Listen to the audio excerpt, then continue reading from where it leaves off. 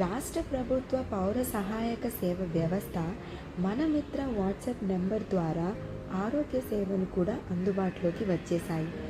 ఈ నెంబర్కు వాట్సాప్లో హాయ్ అని మెసేజ్ చేస్తే చాలు, పొందాల్సిన ఆరోగ్య సేవల మెనూ తెరుచుకుంటుంది.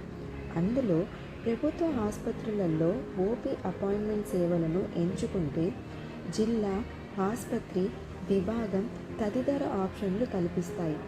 ఆధార్తో అనుసంధానమైన మొబైల్ నెంబర్ను నమోదు చేయగానే ఓటీపీ వచ్చేస్తుంది. దాని ద్వారా లాగిన్ కావాలి. మీ పూర్తి పేరు, పుట్టిన తేదీ, ఈమెయిల్, చిరునామా, పిన్ కోడ్, జిల్లా, రాష్ట్ర వివరాలు సమర్పించాలి. అంతే, టోకెన్ నెంబర్ జనరేట్ అయిపోతుంది. చివరి 4 నెంబర్లు నమోదు చేస్తే అపాయింట్మెంట్ బుక్ అయిపోతుంది. దీని ఆధారంగా కేటాయించిన సమయంలో ఆసుపత్రికి వెళ్ళి వైద్య సేవలను పొందవచ్చు.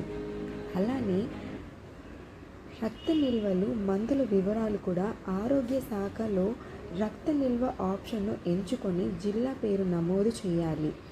ఏ, బి, ఏబి, ఓ రకరకాల పాజిటివ్, నెగటివ్ రకాలైన రక్తం గురించి లభ్యత సమాచారం మనకి వస్తుంది. దీని ఆధారంగా అత్యవసర వేళల్లో సేవలు కూడా పొందవచ్చు.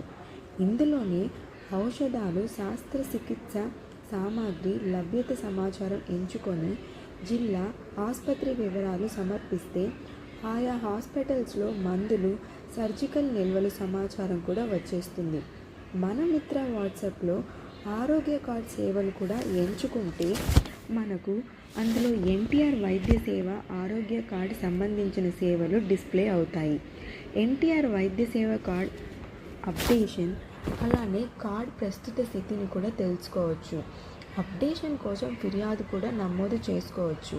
అలానే ఆయుష్మాన్ భారత్ డిజిటల్ మిషన్ కింద ప్రజల ఆరోగ్య రికార్డులను డిజిటల్గా భద్రపరిచే ప్రక్రియ ప్రభుత్వం ప్రారంభించింది. ఆయుష్మాన్ భారత్ అంటే ఆభా గురించి తెలుసా? అలానే నో యువర్ ఆభా ఆప్షన్ ఎంచుకొని మొబైల్, ఆధార్ నెంబర్ నమోదు చేసుకోగానే ఓటీపీ వచ్చేస్తుంది. ఓటీపీ నమోదు చేసి లాగిన్ కాగానే పేషెంట్ పేరు, వయసు, ఆభా సంఖ్య, చిరునామా ప్రత్యక్షమవుతాయి. ఏ హాస్పిటల్ నుంచైనా, ఎక్కడి నుంచైనా ఆరోగ్య సేవలు పొందాలనుకునే వాళ్ళు 14 అంకెల అంటే 14 డిజిట్స్ ఆభా సంఖ్యను పొందే వీలు కూడా కల్పించారు. చూశారు కదండి, ఇది ఈరోజు ఒక కరెంట్ అప్డేట్. ఈ వీడియో కనుక మీకు నచ్చితే లైక్, షేర్ చేయడం మర్చిపోకండి. అలానే ఛానల్ని సబ్స్క్రైబ్ చేసుకోండి.